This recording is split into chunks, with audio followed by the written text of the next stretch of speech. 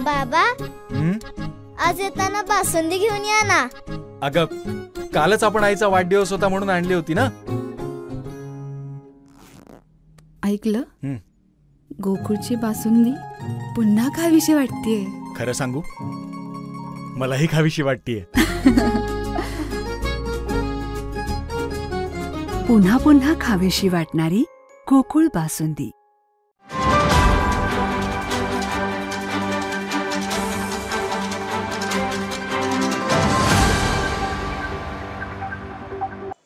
निवडणुकीच्या आज आपण शेवटच्या टप्प्यात या ठिकाणी आहोत आणि पुढच्या 3-4 दिवस राहिलेले आहेत. 17 तारखेला शेवटला 10 वाजेपर्यंत सभा होणार, 18 तारखेला संध्याकाळी 6 वाजेपर्यंत सभा होणार आणि 18 तारखेपर्यंत म्हणजे शेवटचे 3-4 दिवस म्हणले थोडं दिवाळीची धावपळ जशी असती तशी आमची धावपळ चालू आहे.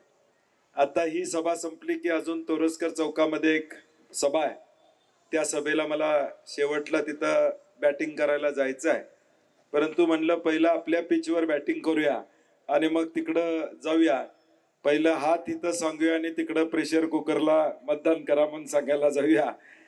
आज अतिशय आनंद वाटतो की नेहमीच 2009ला हा मतदारसंघ बदलला आणि या उपनगरांचा असा मतदारसंघ माझ्याकडं आम्ही त्यावेळी घेतला आणि कसबा बोर्डा, लाईन बाजार हे माझं मूळ गाव. ते मूळ गाव उत्तर मतदारसंघामध्ये गेलं तरी देखील मी धाडसानं 2009ला या दक्षिणमध्ये उभारण्याचा निर्णय घेतला, कारण की मला आत्मविश्वास होता की जिथंही जाऊ तिथं काम करावं लागणार आहे आणि कामाच्या माध्यमातून आपण लोकांचं प्रेम, लोकांचा आशीर्वाद नक्की मिळवू शकतो हा विश्वास होता.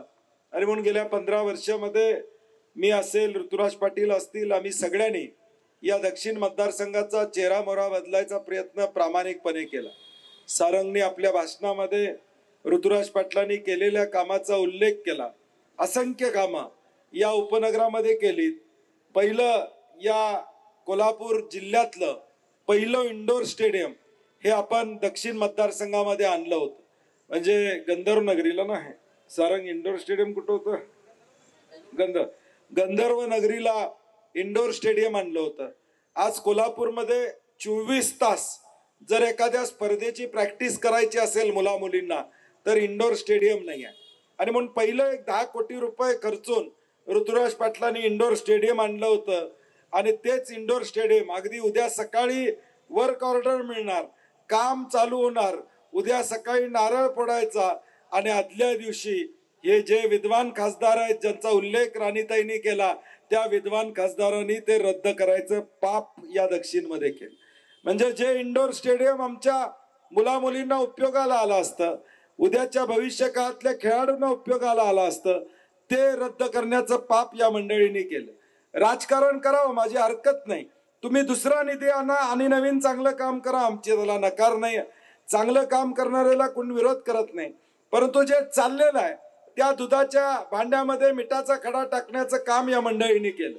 आणि म्हणून या सगळ्या गोष्टीचा विचार करता आपण सगळ्यांनी ताकदीनं येणाऱ्या भविष्य काळात ऋतुराज पाटलांच्या मागं राहण्याचं काम आपण करावं. सारंग देशमुख या परिसरामध्ये अत्यंत चांगल्या पद्धतीनं काम करतात. या सगळ्या वार्डामध्ये अत्यंत विकासात्मक दृष्टिकोन देऊन काम करतात आणि ऋतुराज पाटील आणि ते मिळून या सगळ्या परिसराचा विकास करण्याचा प्रयत्न सातत्यानं त्या ठिकाणी असतो. इथं देखील गणेश उत्सवला आपण एक कन्व्हेअर बेल्ट केला जेणेकरून गणपती विसर्जनला मदत होईल. त्याच्यावर टीका झाली, परंतु शेवटी काही ना काही चांगल्या गोष्टी करण्याचा प्रामाणिक प्रयत्न आमचा असतो. आणि म्हणून आज एक निर्णायक टप्प्यावर या कोल्हापूर जिल्ह्यातली निवडणूक आलेली आहे. आता आपल्याला दक्षिणच्या विकासाचा हा महामेरू पुढे घेऊन जाण्याचा प्रयत्न करायचा आहे, दक्षिणच्या विकासाला गती देण्याचा प्रयत्न करायचा आहे आणि ती गती देत असताना ऋतुराज पाटलांसारख्या आमदाराला पुन्हा निवडून देण्याची जबाबदारी आपण सगळ्यांनी घ्यावी ही माझी विनंती असणार.